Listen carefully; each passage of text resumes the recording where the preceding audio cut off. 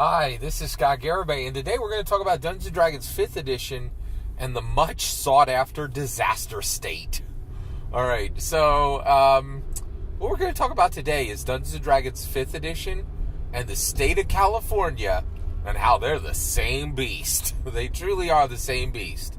Alright, so let's talk about this. So I listened to the New York Times daily audio digest. It's a huge part of my life. I absolutely love it. It's really wonderful. It's 50 minutes long. I only listened to 40 minutes of it. I cut off they pile the material on in the way that it's useful, right? They take all the editorials and they put them at the end. I skip them always because a New York Times editorial is, just talk about just nonsense. And then in addition to that, the sports. I skipped the sports, sorry. So, but they were talking about California, and it's fascinating because, I love the New York Times, but also it's I'm just fascinated by this idea of self-awareness. I am just fascinated by self-awareness, and it's very clear that the institution of the New York Times is very self-unaware, right? So one of the things they were talking about is they talk about California, right? And they had two stories, and the two stories were saying the opposite thing, but boy, does it describe the state of Dungeons & Dragons today. So basically, they had a story that said, California is a burning hellscape, right? And, this has been a story the entire year. Just absolute, unbelievable devastation, natural devastation in the state of California, right? Wildfires burn there constantly, absolutely constantly, right? And then, and just all over, destroy millions and millions and millions of dollars of property every year. And it's just a burning hellscape, right? In addition to that, the heat, because of the climate change and all, in California is so, it's so bad, right, that they have drought. They can't get water, and they have to, in my state, I can wash my car whenever I want, right?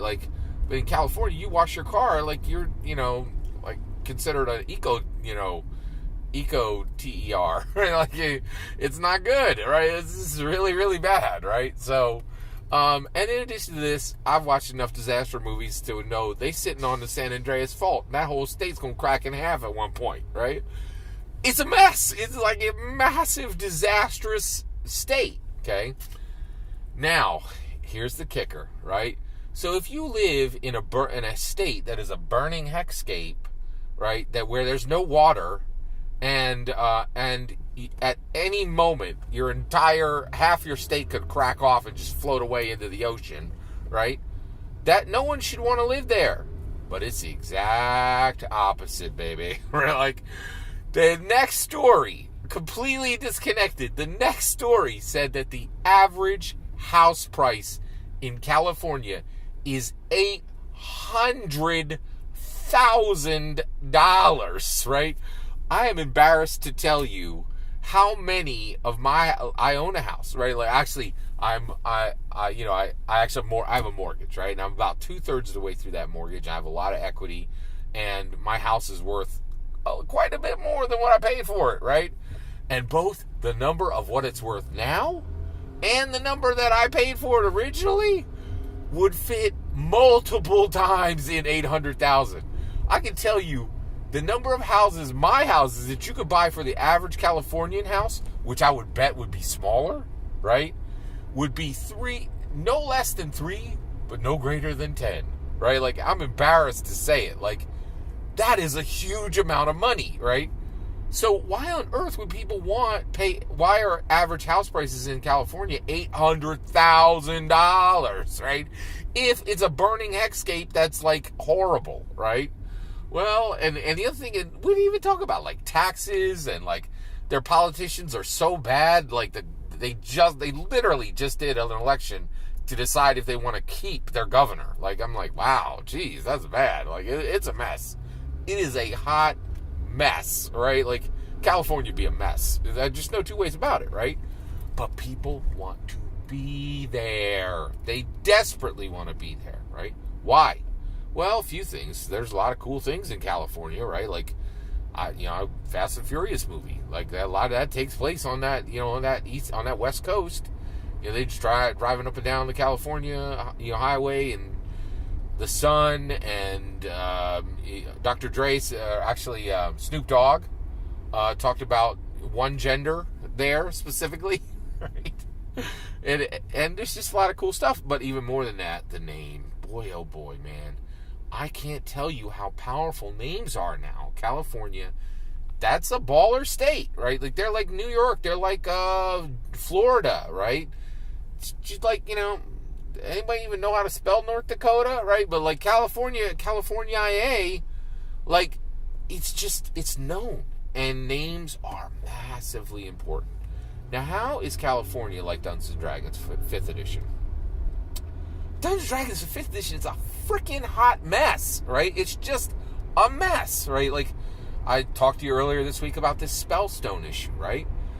When I saw Viking Death Squad's Spellstone deployment of magic, I realized the vast majority of spells in the player's handbook are never cast by most players.